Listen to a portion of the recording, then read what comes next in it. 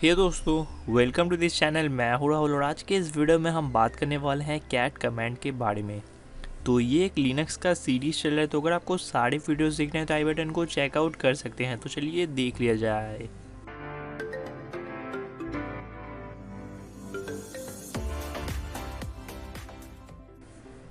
तो कैट यानी कि कॉनकैटिनेट।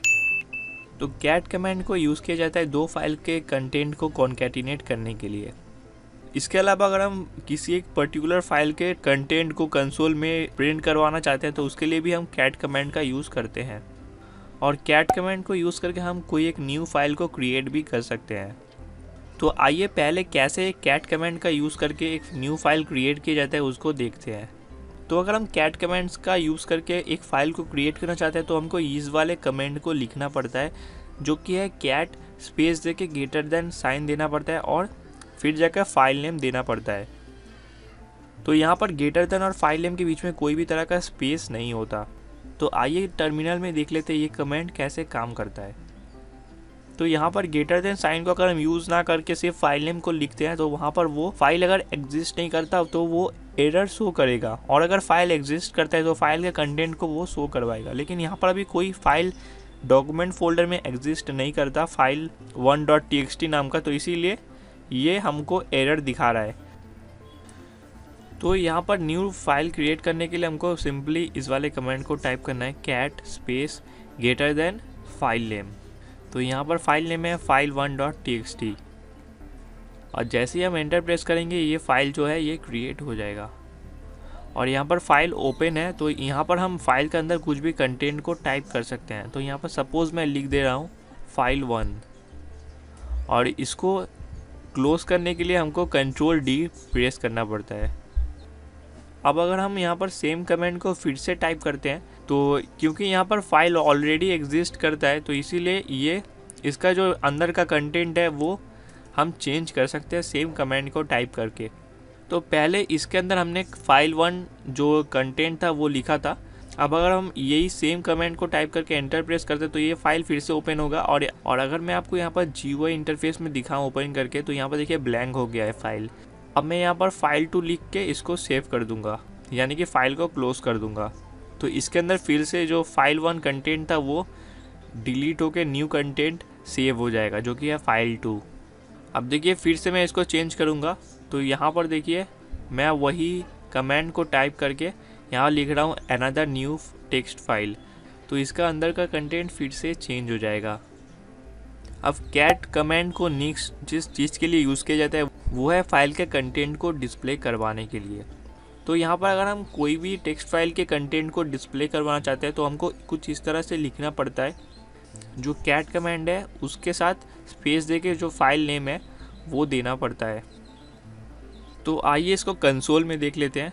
तो अगर हम यहाँ पर सिर्फ फाइल का नेम देते हैं, उसका जो एक्सटेंसन है वो नहीं देते, तो यहाँ पर उसका कंटेंट प्रिंट नहीं होगा। तो फाइल नेम के साथ साथ उसका जो एक्सटेंसन जैसे कि यहाँ पर है txt वो भी डालना पड़ता है। जब हम पूरा फाइल नेम डाल के एंटर प्रेस करेंगे तो ये जो कंटेंट है इसका प्रिंट हो जाएगा। यहाँ पर जो कंटेंट है अनदर न्यू टेक्स्ट फाइल, देखिए यहाँ पर आपको दिख रहा होगा। अब मैं यहाँ पर एक और फाइल क्रिएट कर ले रहा हूँ जिसका नाम है file2.txt, और इसके अंदर मैं सेकेंड फाइल बोल के लिख दे रहा हूँ और इसको क्लोज कर दूँगा। अब यहाँ पर हमारे पास दो फाइल है, file1 और file2, और हम चाहे तो इस कमेंट को यूज़ करके यानी कि डिस्प्ले वाले कमेंट को यूज़ करके दोनों फाइल के कंटेंट को एक साथ प्रिंट करवा सकते हैं। तो उसके लिए हमको कुछ इस तरह से लिखना पड़ेगा, कैट स्पेस जो file1 यानी कि पहले फाइल का नेम और स्पेस देके दूसरे फाइल का नेम देना पड़ेगा। और जैसे ही हम एंटर को प्रेस करते हैं दोनों फाइल का अंदर का जो कंटेंट है वो प्रिंट हो जाएगा।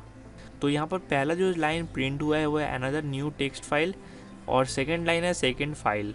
तो दोनों लाइन दोनों फाइल्स का प्रिंट हो चुका है। अब नेक्स्ट हम एन ऑप्शन को देखेंगे कैट कमांड का। तो अगर हम एन ऑप्शन को यूज़ करते हैं तो इससे हम एक फ़ाइल के अंदर जितना भी लाइन अवेलेबल है सबका लाइन नंबर हम देख सकते हैं। तो आइए कंसोल में देख लेते हैं। पहले मैं कैट कमांड का यूज़ करके जो file1 है इसके अंदर मल्टीपल लाइंस का कंटेंट लिखूँगा। तो मैं रैंडम कंटेंट यहाँ पर टाइप कर दे रहा हूँ। तो हमारा कंटेंट जो है ये टाइप हो चुका है। अब हम यहाँ पर जो एन ऑप्शन है इसको यूज़ करेंगे। तो हमको सिंपली कैट के बाद स्पेस दे के डैश एन को लिखना है और फिर स्पेस दे के file1.txt को लिख देना है।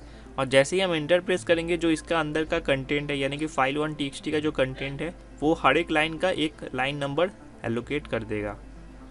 तो यहाँ देखिए जो जितना भी टोटल 10 लाइन है, जो ब्लैंक लाइन है उसका भी लाइन नंबर हमें दिख रहा है। अब जो नेक्स्ट ऑप्शन है कैट कमांड का वो है बी। तो अगर हम बी को यूज़ करते हैं तो बी भी सेम एन की तरह ही काम करता है, ये भी लाइन नंबर एलोकेट करता है। लेकिन यहाँ पर जो ब्लैंक लाइन होता है यानी कि जिसमें कुछ भी कंटेंट नहीं होता उसका लाइन नंबर ये एलोकेट नहीं करता। जहाँ पर कुछ टेक्स्ट वगैरह लिखे होते हैं सिर्फ उन्हीं का लाइन नंबर ये दिखाता है। तो आइए इस वाले बी ऑप्शन को भी देख लेते हैं। तो यहाँ पर देखिए कैट कमांड के साथ वैसे ही बी ऑप्शन को लिखना पड़ेगा और जैसे हम एंटर प्रेस करेंगे कुछ इस तरह से हमारे सामने आउटपुट निकल के आएगा। जहाँ की जो ब्लैंक लाइंस हैं, जहाँ पर सिर्फ स्पेस दिया हुआ है, वहाँ पर कोई भी लाइन नंबर हमें नहीं दिखेगा। अब जो इसका नेक्स्ट ऑप्शन है वो है एस। तो एस ऑप्शन को अगर हम यूज़ करते हैं तो यहाँ पर जितने भी एक्स्ट्रा ब्लैंक लाइंस हैं उनको ये रिमूव कर देता है। तो आइए इस वाले ऑप्शन को देख लेते हैं। तो यहाँ पर हमको सिर्फ कैट कमांड के साथ एस ऑप्शन को यूज़ करना है और जो फाइल नेम है उसको डालना है। और जैसे हम एंटर प्रेस करेंगे देखिए यहाँ पर हमें 2 ब्लैंक लाइन देखने को मिलते थे, लेकिन के सिर्फ एक ही ब्लैंक लाइन को रखा है और जो एक्स्ट्रा है उसको रिमूव कर दिया है। तो यहाँ पर मैं एग्जैक्ट जो फाइल है यानी कि इस फाइल 1 का जो एग्जैक्ट टेक्स्ट है वो मैं आपको दिखा दे रहा हूँ नीचे टाइप करके। तो यहाँ पर देखिए हमको 2 ब्लैंक लाइंस देखने को मिलते हैं जो कि ऊपर वाले कंटेंट में एक ही दिख रहा है। तो यहाँ पर हमने एस ऑप्शन को यूज़ किया तो इसीलिए हमको कुछ इस तरह का आउटपुट देखने को मिल रहा है। तो अगर हमारे कंटेंट में एक्स्ट्रा स्पेसेस हैं तो उसको रिमूव करने के लिए हम यहाँ पर एस लाइन को यूज़ कर सकते हैं। अब मेनली जो कैट कमांड यूज़ किया जाता है वो है 2 फाइल के कंटेंट को कॉन्कैटिनेट करने के लिए या तो अपेंड करने के लिए। तो यहाँ पर अब हम देखेंगे 2 फाइल्स के कंटेंट को कैसे हम अपेंड कर सकते हैं यानी कि ऐड कर सकते हैं।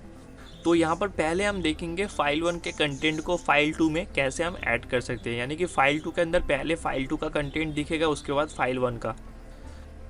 तो यहाँ पर पहले मैं जो ये फाइल है फाइल 1 का अंदर का कंटेंट मैं चेंज कर दे रहा हूँ।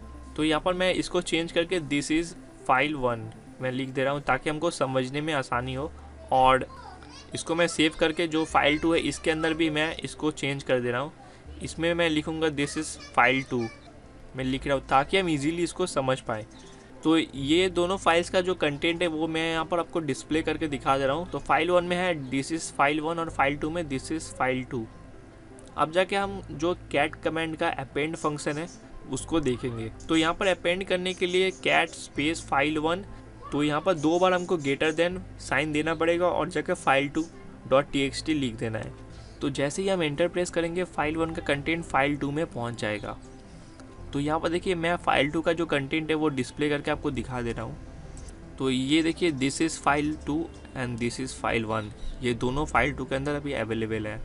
ये दोनों लाइन फाइल 2 के अंदर सेव हो चुके हैं। तो मैं फाइल 2 को ओपन करके भी आपको दिखा दे रहा हूँ। देखिए इसके अंदर दोनों लाइन आ चुके हैं। अब जाके हम इन दोनों फाइल्स का जो कंटेंट है ये तीसरे एक फ़ाइल में सेव करेंगे। तो इसके लिए फाइल 2 का कंटेंट मैं मॉडिफाई कर रहा हूँ, जहाँ पर जो फाइल 1 का कंटेंट है उसको मैं फिर से रिमूव कर दूँगा। तो यहाँ पर फाइल 2 के अंदर है, तो यहाँ पर फाइल 1 के अंदर है दिस इज़ फाइल 1 और फाइल 2 के अंदर है दिस इज़ फाइल 2, जिसको कि हम एक न्यू फाइल को क्रिएट कर रहे हैं जो कि है फाइल 0.txt। इसके अंदर हम सेव करेंगे इन दोनों फाइल के कंटेंट को। तो उसके लिए पहले हमको कैट कमांड को यूज़ करना पड़ेगा और स्पेस देके फाइल 1 और फिर से स्पेस देके फाइल 2 लिखना पड़ेगा और डबल ग्रेटर देन साइन को यूज़ करके जो न्यू फाइल है यानी कि फाइल 0.txt जिसको अभी तक हमने क्रिएट नहीं किया है, और जैसे ही हम कमांड को एग्जीक्यूट करवाएंगे ये फाइल क्रिएट हो जाएगा और इसके अंदर फाइल 1 और फाइल 2 दोनों का कंटेंट आ जाएगा। तो यहाँ पर देखिए जैसे ही हमने एंटर प्रेस किया ये फाइल 0 क्रिएट हो चुका है और इसके अंदर फाइल 1 और फाइल 2 का कंटेंट आ चुका है यानी कि अपेंड हो चुका है। तो कुछ इस तरह से जो अपेंड है कैट कमांड को यूज़ करके हम कर सकते हैं। अब अगर हम एक सिंगल फाइल के अंदर अपेंड को यूज़ करना चाहते हैं, यानी कि कोई एक पर्टिकुलर फाइल है जैसे कि फाइल 0, इसके अंदर ही अगर हम अपेंड करना चाहें तो इसमें भी हम कर सकते हैं।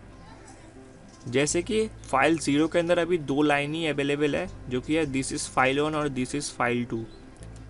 और यहाँ पर अगर हम cat space double greater than sign देके फाइल 0.txt को लिख करके एंटर प्रेस करते हैं तो यहाँ पर ये फाइल ओपन हो जाएगा और यहाँ पर हम कुछ भी टाइप कर सकते हैं।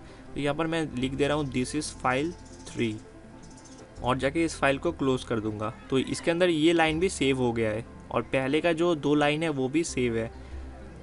तो यहाँ पर अगर हम डबल ग्रेटर देन साइन को यूज़ करते हैं तो इसके पहला जो सेव्ड कंटेंट है वो रिमूव नहीं होगा और हम न्यू कंटेंट को भी ऐड कर सकते हैं। तो ये एक तरह से अपेंड हो रहा है। लेकिन हम अगर सिंगल ग्रेटर देन साइन को यूज़ करते हैं और जाके इस फाइल को यहाँ पर ओपन करते हैं टर्मिनल में, तो इसका पहले का जो कंटेंट है वो रिमूव हो जाएगा और जाके हम जो न्यू कंटेंट ऐड करना चाहते हैं वो ऐड होगा।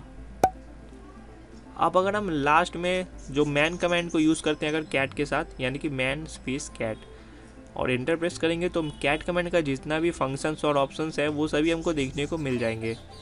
तो फिलहाल के इस वीडियो में इतना ही। अगर आपको ये वीडियो पसंद आया हो, वीडियो को लाइक करना मत भूलिए, चैनल को सब्सक्राइब कर लीजिए ऐसे और भी इंटरेस्टिंग वीडियोस देखने के लिए। थैंक यू दोस्तों वीडियो को देखने के लिए। हम फिर मिलेंगे अपने अगले वीडियो में।